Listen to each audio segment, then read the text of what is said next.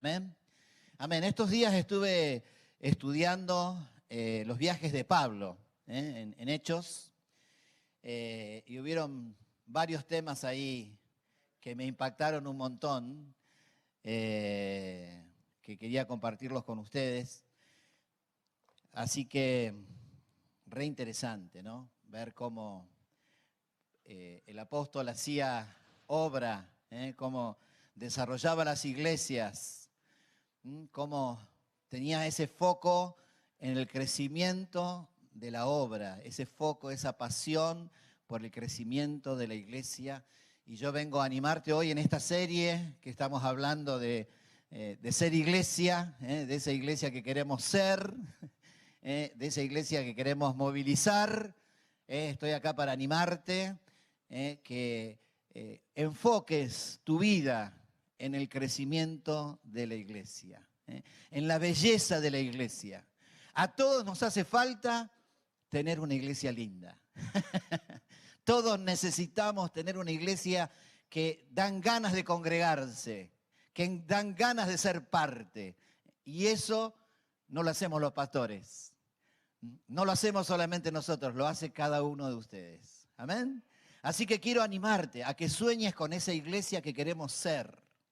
Que trabajes por esa iglesia que queremos ser, que trabajes para embellecer la comunión de los santos, no solo los domingos, sino los grupos caseros, los discipulados, las diferentes actividades. Cada aporte tuyo es valiosísimo. Yo veo acá muchas personas que están haciendo aportes muy valiosos para embellecer la iglesia, y quiero animarlos y felicitarlos, y quiero animarte a vos también a que trabajes por el embellecimiento de tu iglesia, de la iglesia del Señor y de la congregación de la que sos parte. Es importante tu aporte, es fundamental tu aporte. Estamos trabajando para la iglesia de los años que vienen. Yo quiero dejarle una hermosa iglesia a mis nietos, una hermosa congregación. Que mis discípulos, que las personas que estamos discipulando tengan ánimo de congregarse, tengan ánimo y que la pasen bien y que sea un lugar atractivo y que vengan a disfrutar de esto de ser iglesia. Amén. Así que es importante tu aporte. Si hay cosas para agregar, para mejorar, queremos escucharte porque queremos mejorarla. Siempre hay cosas para potenciar y necesitamos tu visión, tu mirada para ser una mejor iglesia. Amén. Anímalo al hermano que tenés al lado. Qué lindo que seas parte de esta congregación. Anímalo, qué lindo tu aporte, tu oración. Anímalo, alentalo. Es indispensable el aporte de cada uno de ustedes. Amén, amén. Aleluya. Hay una palabra que me impactó muchísimo de esta tarea de Pablo edificando la iglesia, es que hay muchos pasajes que el apóstol dice, él abría iglesias, visitaba congregaciones, y me interesó mucho, hay un montón de pasajes, hay 1, 2, 3, 4, 5, 6 pasajes, donde el apóstol dice que a la ida o a la vuelta en sus viajes, él pasaba para confirmar a los discípulos. Él iba de vuelta, fundaba una iglesia, pasaba y cuando volvía o cuando retomaba otro viaje, dice que él confirmaba a sus discípulos. Confirmaba a sus discípulos. Y hay pasajes que dicen que confirmaba la fe y otros pasajes que decía que confirmaba el ánimo de los discípulos. Acá tenemos 14:22, Hechos 14:22, que justo a la vuelta del primer viaje, dice anterior, volvieron a Listra, Iconio y Antioquía, confirmando los ánimos de los discípulos, confirmando el ánimo de los discípulos, los exhortaba a que permanecieran en la fe, diciendo, es necesario que a través de muchas tribulaciones entremos en el reino de Dios. Así que para el apóstol Pablo era sumamente importante confirmar el ánimo de los discípulos, confirmar la fe de los discípulos. Y para eso, esa es la tarea pastoral también. Confirmar, somos administradores de ánimo, somos aquellos que nuestra tarea es alentar, fortalecer a cada uno de los discípulos y la tarea el propósito de las reuniones también es ese, confirmar el ánimo, ministrar fe, ministrar aliento, porque nuestra verdadera tarea, el eje de la vida de la iglesia no es la reunión del domingo, sino el eje de la vida de la iglesia es lo que ustedes hacen en la semana, en sus trabajos, en sus oficinas, con sus familias, con sus contactos. Ese es el eje de la vida de la iglesia. La iglesia siendo testimonio hacia afuera, mostrando la gloria de Dios. Entonces el propósito de este encuentro justamente es confirmar tu ánimo, confirmar tu fe, para que mañana cuando vayas a trabajar, cuando tengas que enfrentar tu vida cotidiana, tengas la fortaleza y el ánimo para mostrarle al mundo lo grandioso que es ser un hijo de Dios. Amén. La belleza, la alegría, la plenitud que vivimos. Por eso es importante que aquí recibas esta fortaleza, recibas este ánimo, te alientes para que puedas mostrar ese gozo, esa alegría. Que como dice acá, esta palabra parece que no fuera mucho de ánimo, porque dice que los animaba a los hermanos diciéndole, miren qué ánimo. Es necesario que a través de muchas pruebas entremos al reino de Dios. ¿Dónde está el ánimo ahí? Nos está diciendo que entrar al reino de Dios es padecer. Y que es necesario padecer para que el reino de Dios se afirme en nuestras vidas. Pero es la forma de ser fortalecidos, saber pasar esas pruebas, pasar esas diversas pruebas que tenemos que enfrentar como hijos de Dios, y justamente los confirmaba para que tuvieran ese ánimo para pasar por las diferentes pruebas. Todos acá, de alguna forma u otra, estamos pasando por pruebas.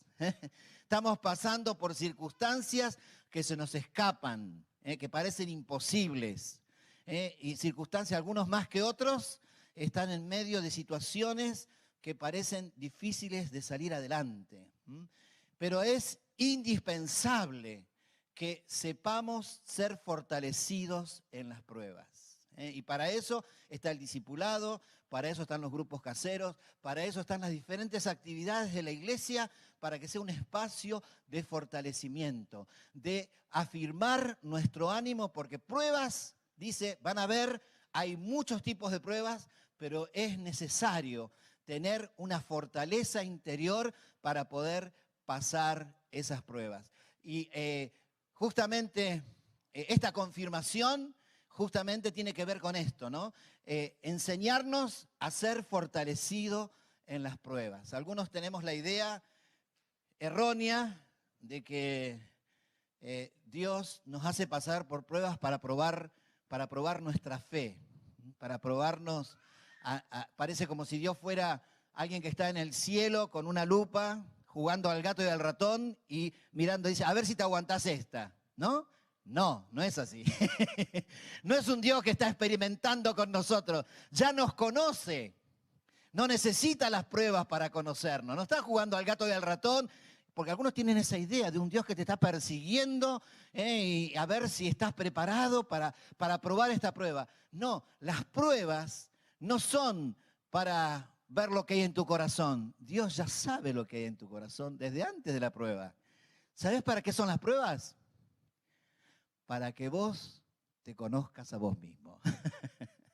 Para que vos te des cuenta qué es lo que está débil en tu vida.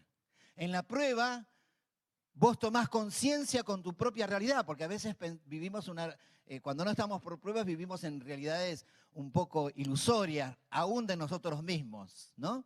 Y cuando estás en medio de las pruebas te das cuenta que comienzan a surgir dudas, temores, angustias, que no sabemos cómo manejarlas.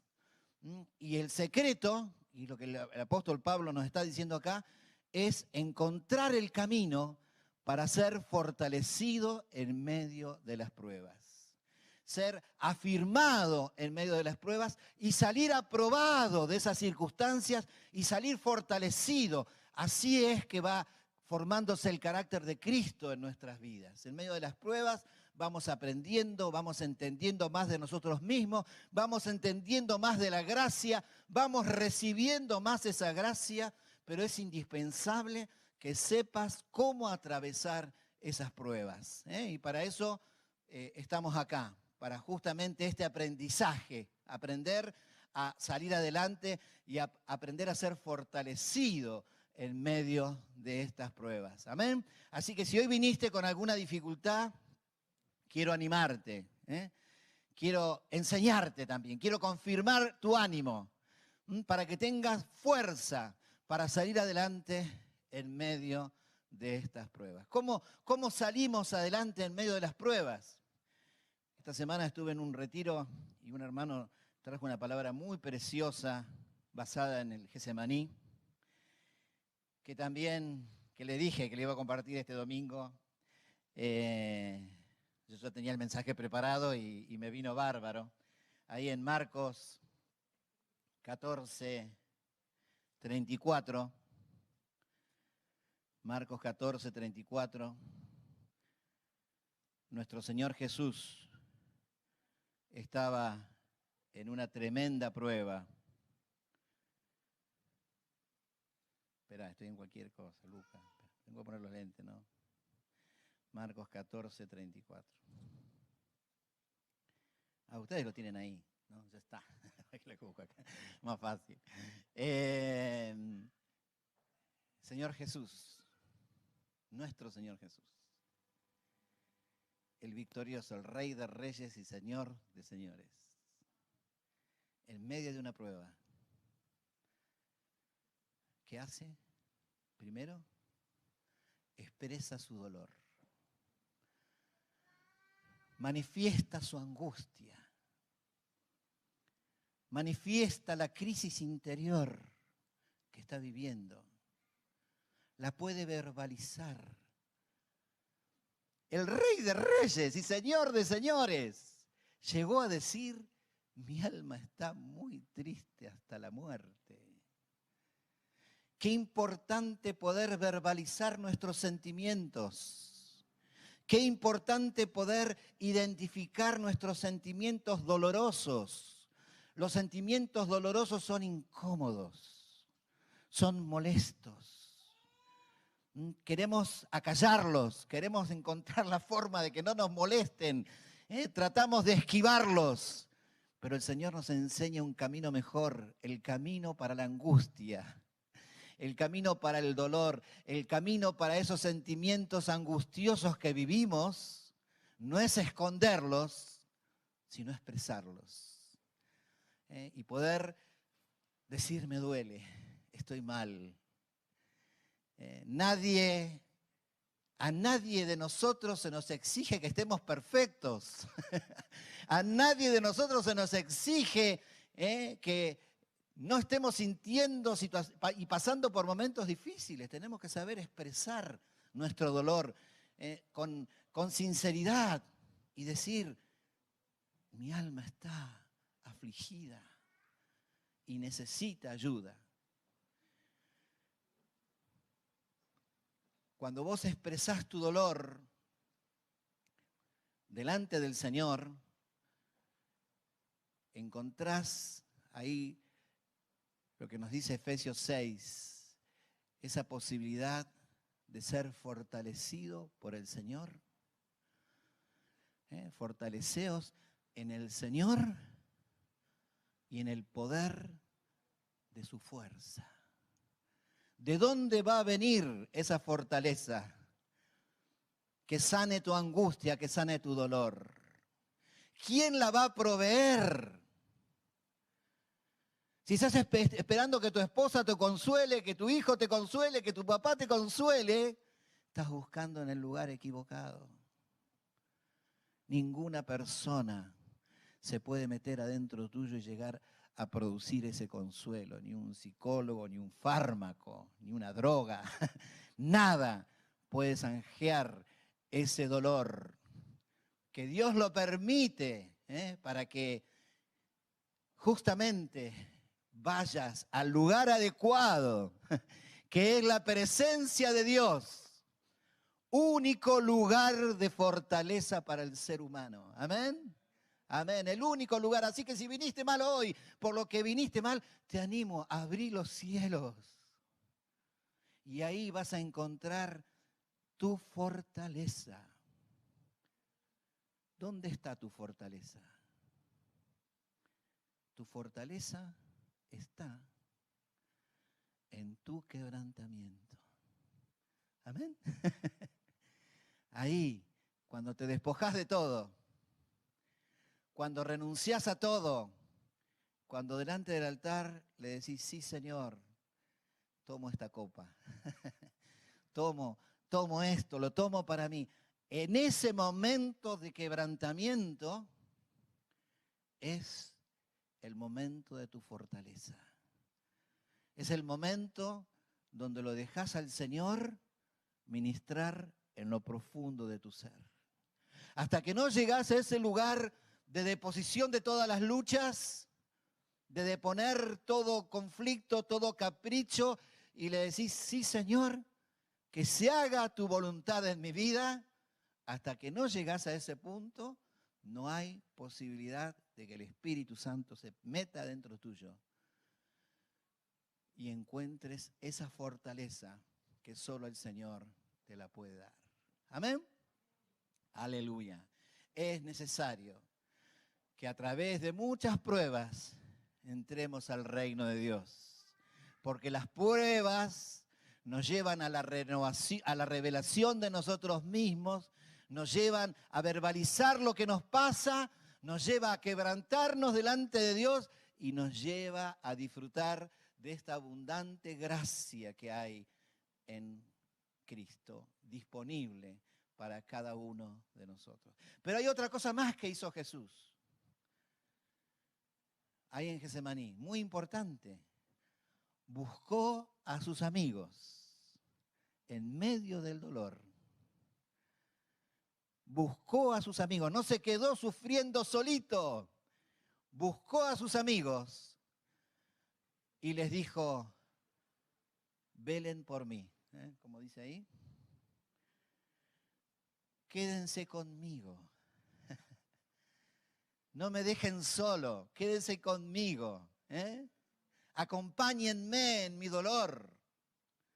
Hay algunos que en medio del dolor se encierran en su crisis. Se aíslan de los demás.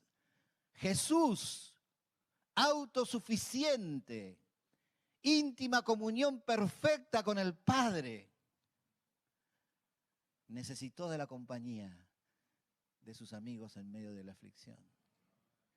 Y les pidió que oraran, que velaran, que lo cuidaran. Qué importante tener esta fragilidad en tu ser, renunciar a toda esta autosuficiencia y en medio del dolor buscar ayuda, pedir oración, acercarte a las personas con las cuales podés confiar, a las cuales le podés abrir tu alma y decirle, me duele mi alma, estoy angustiado hasta la muerte. Creo que ninguno de nosotros llegó a ese punto, casi. Pero no sudamos sangre. No llegamos a sudar sangre. Llegamos a angustias muy profundas. Yo he vivido angustias muy profundas en la vida, que fueron los momentos más cercanos a la gloria de Dios. Los momentos más cercanos a la gloria. Y viví angustias muy profundas. No llegué a sudar sangre. Conozco a alguien que sí llegó a sudar sangre. Mi nuera llegó a sudar sangre en un parto. Se le explotaron todos los vasos capilares de la cara y se le armó todo esto. Todo esto se le armó, todos los vasos sanguíneos reventados en la cara. Cuando nació Felipe. Así que tremendo. Pero ¿qué nos deja esto? Estamos para confirmarnos unos a otros. Estamos para confirmar el ánimo, para ser ministradores de ánimo, para ser alentadores de otros. Pero para alentar a otros primero tenés que superar la queja y la crítica en tu corazón. Porque ¿cómo vas a alentar a otros si estás cuestionando todo, si estás juzgando a uno, si estás juzgando a otro? Es indispensable el ánimo y el aliento mutuo, el ánimo en la congregación, el ánimo en la familia, el ánimo en el matrimonio. Qué importante el ánimo en el matrimonio. A veces en los matrimonios hay mucha queja, hay mucho juicio, hay mucha demanda mutua. Qué importante cuando cambiamos esa queja por el aliento. Qué importante con nuestros hijos. A veces en el desgaste de los chicos chiquititos, de los chicos adolescentes, de los chicos... estamos siempre viendo lo que falta, siempre viendo lo que está incompleto. Pero qué importante el aliento, qué importante el alentar en la iglesia. Ya todos tenemos muchas luchas. Ya el enemigo está encargado de robarnos el ánimo, encargado de robarnos la paz, de que no alcancemos ese gozo que es nuestra fortaleza. El enemigo está empeñado en nuestra mente, en nuestras relaciones, en las circunstancias, empeñado en desalentarte. Por eso es indispensable que seamos muy generosos en el aliento. No miremos lo que le falta, alentemos, fortalezcamos a nuestras amistades. Encima es gratis. No cuesta nada. Son palabras dichas con misericordia, dichas con sentido, buscando que el otro esté mejor, buscando que el otro esté fortalecido. Y de eso se trata la comunión, del fortalecernos unos a otros. Eso se trata de ser iglesia. Venimos acá a justamente ser abrazados, a ser animados, a ser alentados. Porque la tarea es muy dura y tenemos enemigos muy persistentes. No tienen tanto poder como capacidad de persistencia. No paran nunca de buscar nuestro desaliento. Por eso es necesario que nos confirmemos en el ánimo, que estemos continuamente en esa confirmación mutua, alentándonos continuamente. Y estos pasajes que hablan de confirmación, ahí en Hechos, dice también confirmándonos en la fe.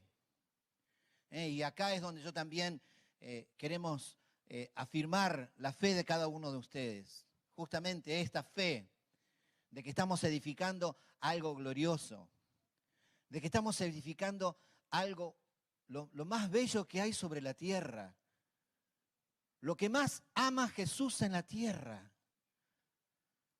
la novia de su Hijo. Algo que Él quiere que sea bello para que su Hijo disfrute por la eternidad. Necesitamos amar a la iglesia, sabiendo la trascendencia que tiene para Dios. Y sabiendo que es la tarea más importante en la cual podemos estar involucrados acá en la tierra. También tenemos que trabajar, tenemos que ganar plata, tenemos que tener nuestros proyectos y todo eso. Pero de eso no nos vamos a llevar nada. No son tesoros en el cielo, son tesoros en la tierra, donde son corrompidos por las circunstancias, no tienen fruto nada más que para pasarla bien por un tiempo. Pero el Señor nos dice que hagamos tesoros en el cielo, donde hay recompensa eterna. Así que embellecer la iglesia es trabajar para esa novia que va a descender en la eternidad perfecta. Mientras tanto que estamos viviendo, estamos edificando la iglesia celestial, la que va a descender perfecta en el fin de los tiempos.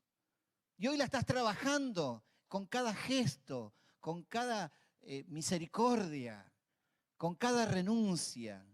Estás edificando lo eterno. Estás edificando lo más bello que podés edificar sobre la tierra, lo que va a trascender por la eternidad. Y va a tener recompensa eterna. Porque fuiste fiel en lo poco, sobre mucho te pondré. Sobre mucho te pondré. Cada renuncia acá en la tierra tiene repercusión eterna. No sabemos cómo va a ser la eternidad, pero sabemos que van a haber diferentes funciones, diferentes tareas. No es que vamos a estar en una nube con el arpa tocándola todo el tiempo. Sería muy aburrido, yo no sé, no es mi proyecto de vida eterna. Estar durmiendo todo el tiempo tocando el arpa. Hay algo mucho más grande y mucho más maravilloso y mucho más asombroso que lo que vamos a vivir, lo que estamos viviendo en la eternidad. Algo que nos va a llenar completamente, que va a satisfacer, que va a darle lugar a toda nuestra creatividad, que le va a dar lugar a todos nuestros dones, a toda nuestra eficacia. Acá estamos practicando para que en la eternidad la podamos manifestar en su plenitud. Amén. Por eso es importante que nos desarrollemos, que nos confirmemos en la fe, en lo que estamos edificando y en lo que estamos trabajando juntos. Y en este estudio de Hechos, que podría ser muy largo, pero sí quisiera destacar algunos puntos importantes acerca de cómo vemos que hacían iglesia los apóstoles en aquel entonces. Y el primer punto que quiero destacar es que los apóstoles y los discípulos de la primera época hacían la obra con ayuno y oración. Hay dos pasajes, en 13:3 y 14:23, que nos hablaban de que estaban ayunando y orando. Yo quiero animarte al ayuno y a la oración. Acá en el Grupo Casero con Juan Abel estamos todos los martes ayunando, algunos martes sí, algunos martes no, pero estamos los martes ayunando. Todos los martes estamos orando. A las 8 de la noche en un Zoom. Yo sé que cada uno ora en diferentes formas, en diferentes grupos, pero qué bueno es los martes estar juntos orando lo tomamos como un servicio, lo tomamos como un compromiso de servirlos a ustedes. Porque cuando ustedes oran en grupo, está bien, oran en grupo por las necesidades del grupo, por las necesidades de su familia, pero los martes estamos orando por toda la congregación. Estamos orando, haciendo guerra espiritual por toda la congregación. Estamos orando por cada uno de ustedes. Entonces tomamos esta tarea como un servicio, como un ministerio. No es simplemente un encuentrito para orar nada más. Es disponer de una hora para servir a todos los hermanos de la congregación en oración, batallando espiritualmente, guerreando espiritualmente. Así que los animamos a que estén, porque la obra se hace con ayuno y oración. ¿Amén? No sé cuántos ayunan, hay muchas formas de ayunar, pero es importante. ¿Cuál es el propósito del ayuno y de la oración? Interesante pregunta, ¿no? ¿Por qué tengo que ayunar? ¿Por qué tengo que orar? ¿Por qué tengo que orar? Si Dios ya sabe lo que le voy a pedir. Y si Él va a hacer lo que Él quiere. No lo voy a forzar a través de mi ayuno y de mi oración a que haga lo que a mí se me dé la gana. ¿Por qué tengo que orar? ¿Por qué Dios necesita que yo ore? Porque Él quiere tener relación con vos. Porque Él quiere, la oración te conecta con Él.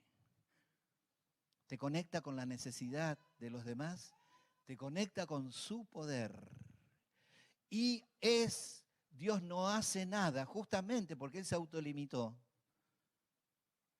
No lo va a hacer si vos no se lo pedís. Porque Él lo podría hacer directamente, pero te pidió a vos que ores y que Él va a hacer lo que vos orás. La oración es la que mueve la mano de Dios. Es la que le permite a Dios obrar. Porque Él podría obrar directamente, no necesita tu oración para orar. Pero Él necesita tu corazón, necesita tus palabras, necesita tu intimidad con Él. Lo mismo con el ayuno. Algunos creen que por mucho ayunar Dios va a hacer las cosas. No, Dios no nos enseñó eso. Cuando dice este género no sale sino con ayuno y oración, no dice que vamos a echar fuera demonios ayunando. El ayuno y la oración no echa fuera al demonio. El ayuno y la oración te da a vos la fe y la autoridad para echar fuera al demonio. La oración te cambia a vos, no cambia las circunstancias.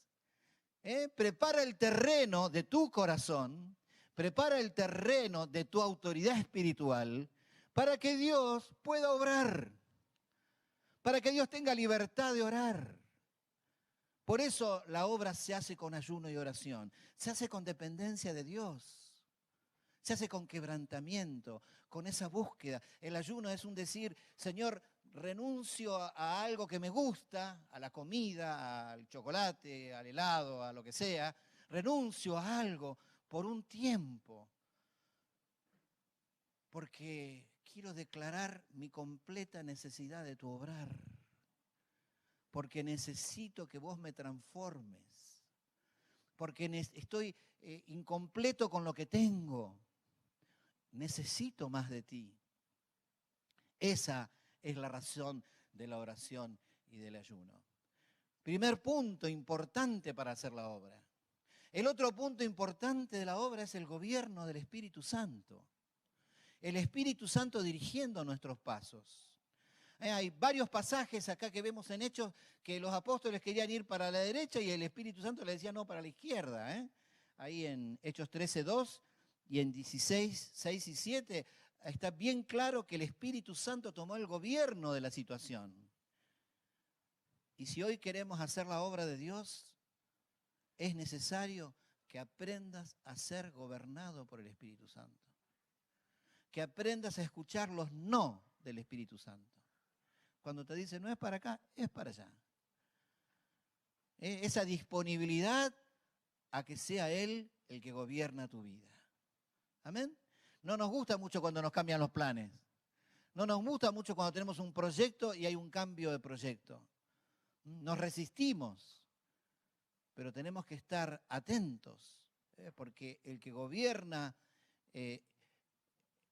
la obra, el que gobierna mi vida, el que gobierna la congregación, es el Espíritu Santo. Y los pastores estamos muy sigilosos, nos encontramos todos los lunes a buscar al Señor, porque queremos estar en sintonía con lo que el Espíritu Santo nos está dirigiendo. Amén. Gracias a Dios, la hermosa relación que tenemos entre nosotros, porque el otro elemento indispensable que vemos en los Hechos es que la obra se hace en equipo. La obra no se hace solo. La obra, vemos en todos los viajes. En el primer viaje eran 3. Pablo, Bernabé y un tal Juan, que probablemente sea Juan Marcos, 13:5. En el segundo viaje era Pablo, el segundo viaje fue en Hechos 16, después de Hechos 15, donde estuvo el conflicto entre judíos y griegos, judíos y gentiles. Pero miren cómo se armó el equipo del segundo viaje. Pablo, Silas, judío de Jerusalén, representaba la otra ala del conflicto. Silas, judío de Jerusalén, y Timoteo, griego. Miren la cosmovisión del equipo, pero formando equipo. Y en el tercer viaje vemos un grupo impresionante, porque estaba uno de Berea, que se llamaba, bueno, le digo los nombres porque los nombres son todos raros, le digo los lugares. Había uno de Berea, uno de Tesalónica, uno de Derbe, 2 de Asia y uno de Listra. De las diferentes localidades donde iban haciendo obra, iban buscando obreros que pudieran hacer la tarea y hacer la obra en equipo, en forma conjunta. Así que les animo, busquemos a otros para hacer la obra juntos. No las hagamos solos. Busquemos compañeros de obra. En el grupo casero, busquemos amigos con el cual podemos hacer la obra en forma conjunta. Si estamos comenzando, unámonos a aquel que nos está discipulando para hacer la obra junto con el que nos está discipulando. Pero en la Biblia, y vemos acá en el ejemplo, no hay llaneros solitarios. No hay hombres que hacen la obra solos. Cada vez que buscan hacer la obra, buscan un equipo con el cual hacerla. Nosotros, gracias a Dios, tenemos un hermoso equipo acá en la congregación, tanto Tato como Javier. Tenemos una amistad, la verdad que disfrutamos mucho, nos vemos todos los lunes y realmente ese es un privilegio, un don, algo por lo cual ustedes pueden dar gracia, de tener pastores que se llevan bien, que se complementan con las esposas también. Y bueno, y contando con todo el apoyo de Jorge y Silvia en lo apostólico. Así que es indispensable que la obra la hagamos en forma conjunta, no la hagamos sola. Otra característica que vemos acá en Hechos es la gran guerra espiritual a la cual estaban enfrentados los discípulos a hacer la obra.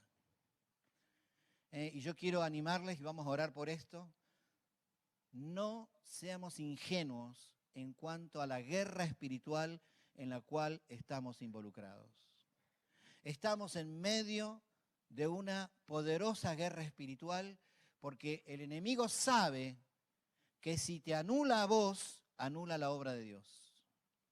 Anula el crecimiento de la obra de Dios. Por eso hay de los miles y miles de demonios que hay dando vuelta, hay demonios que están dedicados a perturbar tu mente. ¿Vos no lo crees? Es verdad. Están dedicados a contaminar tus pensamientos, subiéndote pensamientos que vos creés que vienen de vos y vienen de afuera. Y vos te quedás enredado en todos esos pensamientos porque no discernís que esos pensamientos no te vienen de acá adentro. No son cosas que vos estás pensando. Son cosas que alguien te está dictando un libreto. Estás hablando con tu enemigo, que te está llevando a dudar de todo. Te hace dudar de tu fe, de tu ánimo, de tus amigos, de tus compañeros, de la iglesia, de los pastores. Porque hay un continuo discurso en la mente, tratando de debilitarte. Y la obra de Dios requiere de una gran guerra espiritual. Cuando comienza el ministerio de Pablo, la primera congregación que van es a Chipre.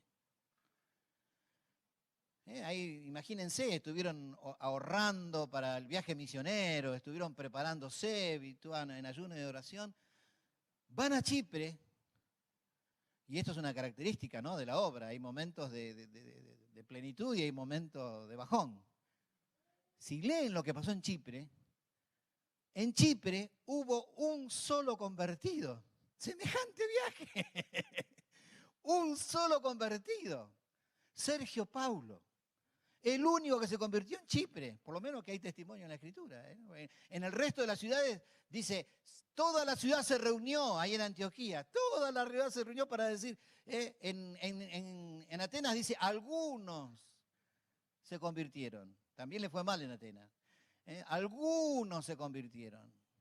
Pero en Chipre, uno solo. ¿Por qué uno solo? Había gran guerra espiritual.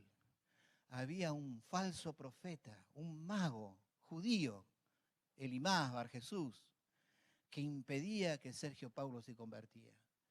Entonces tuvieron que empezar aprendiendo la guerra espiritual para conquistar, para que haya libertad en esos lugares, para que haya victoria. Miren el efecto de lo que se produjo en Chipre, que eran 3, y Juan dice en el versículo que sigue, creo que es 15:1, a ver, espera, lo tengo que buscar, pero...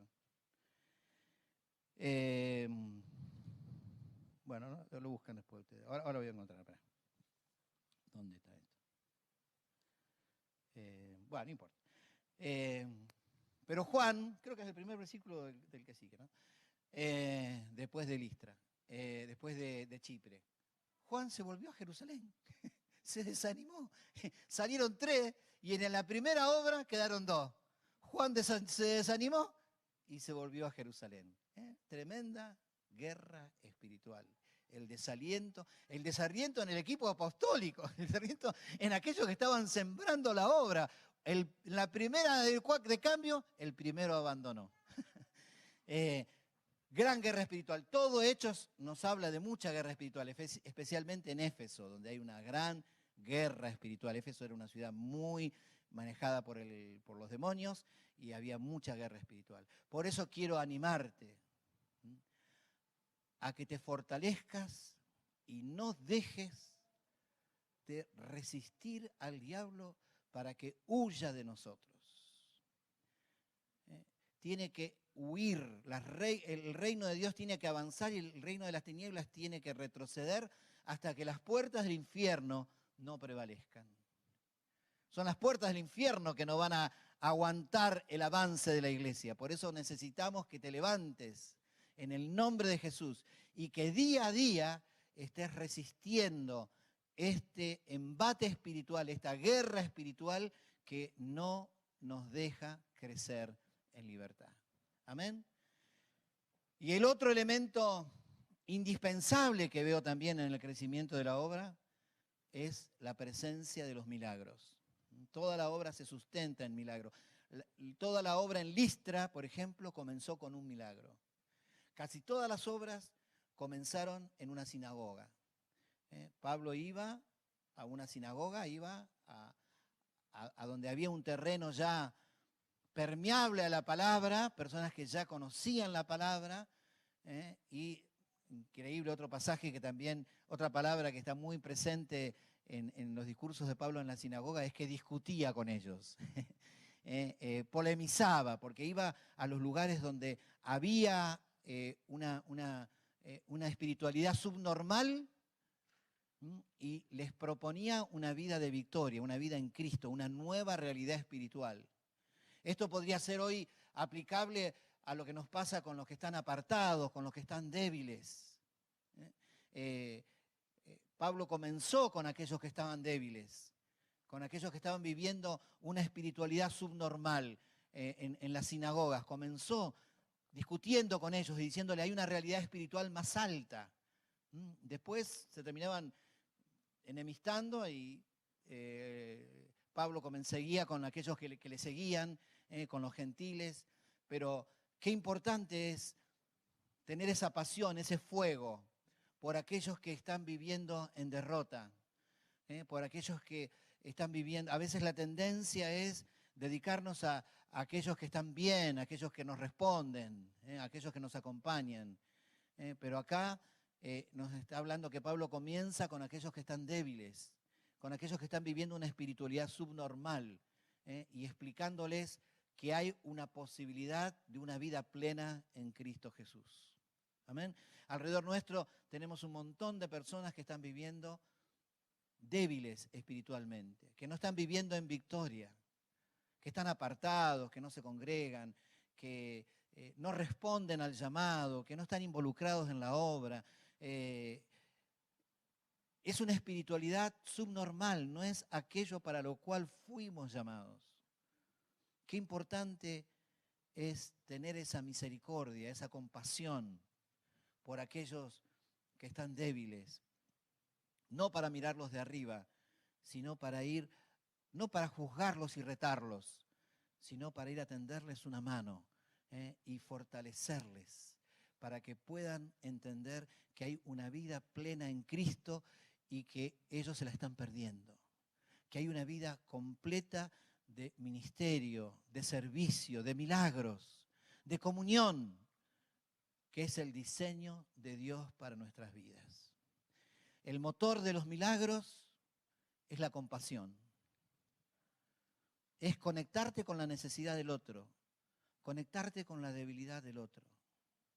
Jesús vio la multitud y sintió compasión. La palabra compasión es, se le movieron las entrañas. Hubo algo que le pasó en su interior, una emoción que se produjo en su interior, una obra espiritual que se produjo en su interior, que lo movió a clamar al Señor. necesitamos esa compasión, necesitamos ese movimiento de nuestras entrañas, ese sentimiento que se apena, que se aflige por el que sufre, por el que está débil, por el que no está viviendo en plenitud, y nos empuja a buscar al que está necesitado para ministrar.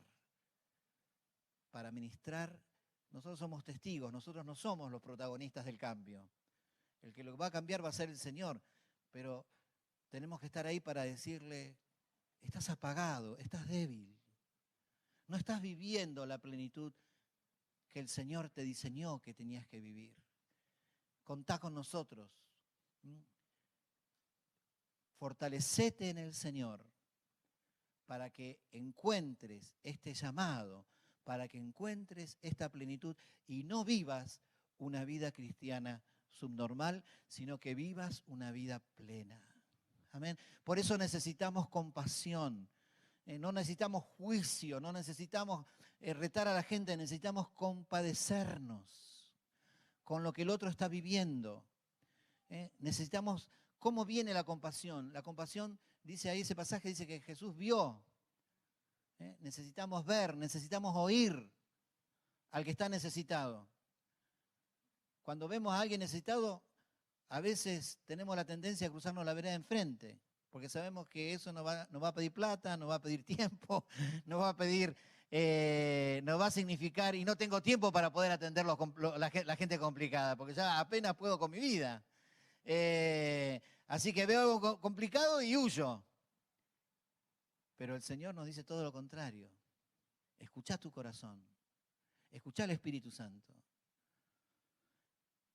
Él mueve tu corazón hacia el que está necesitado, porque vos sos el instrumento para que Él pueda obrar. No sos vos el que le va a resolver la situación. Sacate del medio. No sos vos. Vos sos el nexo. No sos el protagonista de la obra. Sos el nexo. La obra la hace el Señor. Vos tenés que conectar la necesidad con el Señor. Y decir, mira, yo conozco a alguien. Yo salí de esta situación porque alguien me rescató. Porque encontré un camino de vida y un camino de plenitud. Amén. Así que saliste del medio. Pero reconoce el gran lugar que tenés como proveedor de gracia hacia el que tiene necesidad. Escuchá, mirá la necesidad. Conectate con el que necesita. Y llevale palabra. Llevale, fortalecete en el Señor y en el poder de su fuerza para llevarle al Señor y al poder de su fuerza. Amén. Nos ponemos de pie, oramos por esto. Los músicos pueden pasar. Sí, Señor. Aleluya. Amén, Señor. Hoy hay un llamado, Señor, a todos los que están quebrantados, a todos los que están pasando por pruebas. Hay un llamado a fortalecerse en el Señor. Aleluya. Muchos venimos aquí y muchos por las redes que nos están viendo, nos van a ver después. Están con un dolor en su corazón, con una impotencia, con una angustia, que no saben cómo salir de esa situación. Hoy te invitamos a que vayas a la presencia del Señor.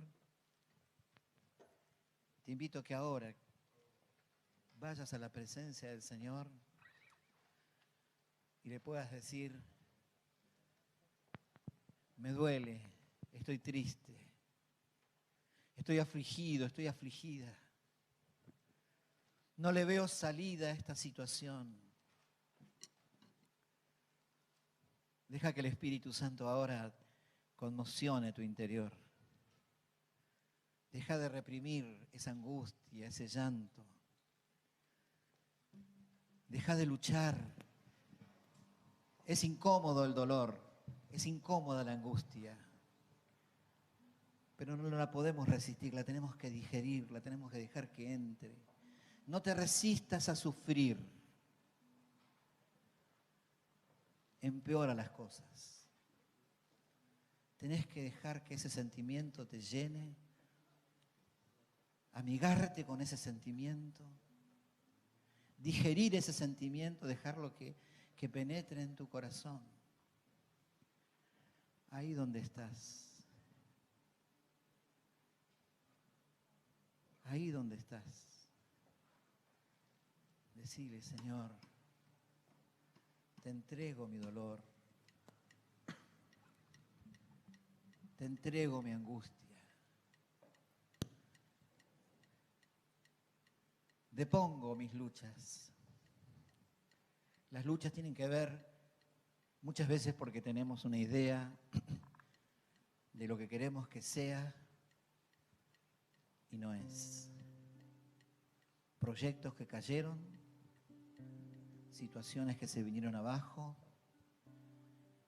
y que me cuesta mucho, mucho, mucho renunciar a que las cosas son distintas a las que planeé y esperé. Tu fortaleza la vas a encontrar en el Señor cuando depongas esas luchas. Renuncia. Renuncia. Y decirle, Señor, si tengo que pasar por esta copa, si tengo que tomar esta copa, la tomo. La tomo, la acepto. Recibo esta situación. Renuncia, entrega todo. Tu perfecta libertad está en el completo renunciamiento. Cuando no esperas otra cosa que la administración del Señor. Aleluya, aleluya. Y ahora déjate fortalecer, déjate fortalecer. Déjate fortalecer. El gozo del Señor es nuestra fortaleza.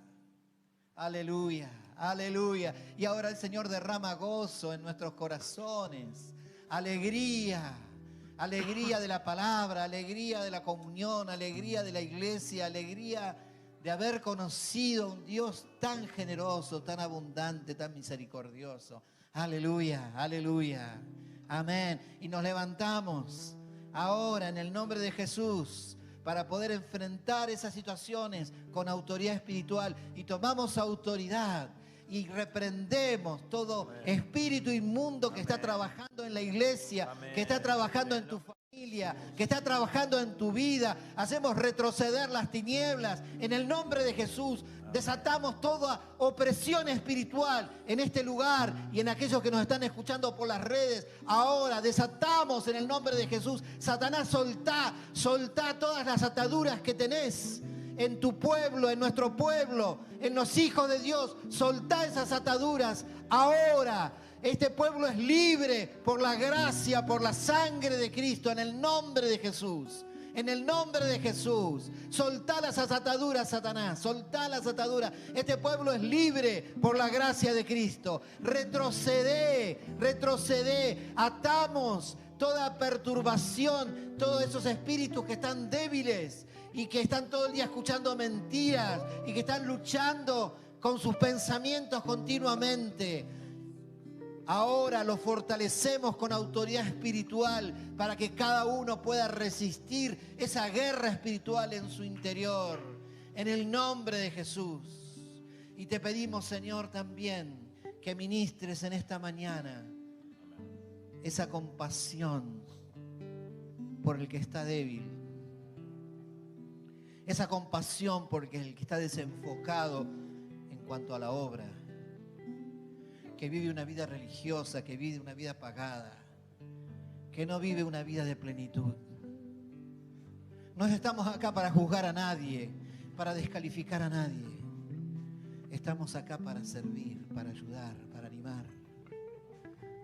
Aleluya, aleluya. Danos compasión por el que está apagado y ayúdanos a alentar. Danos compasión por el que está sufriendo. Por el que está sufriendo justamente, que está sufriendo íntegramente. Danos herramientas para alentarlo, para animarlo, para alentarlo que está en el camino correcto. Y danos compasión por todos aquellos que están fuera de la iglesia y que no tienen este banquete y que no tienen esta provisión abundante que hay en ti. Ayúdanos a invitarlos a la mesa. Ayúdanos a invitarlos a la fiesta. Porque esta es la fiesta. Esta es la fiesta. Señor, que podamos vivir, podamos estar enfocados en edificar tu iglesia como una fiesta, como un lugar de alegría, como un lugar donde nos dan ganas de invitar a los demás a este banquete, a esta fiesta, donde vos estás celebrando tu alegría, estás cantando con alegría sobre nosotros, porque acá estamos tus hijos congregados, no porque somos perfectos, no porque hacemos todos bien, sino porque estamos quebrantados.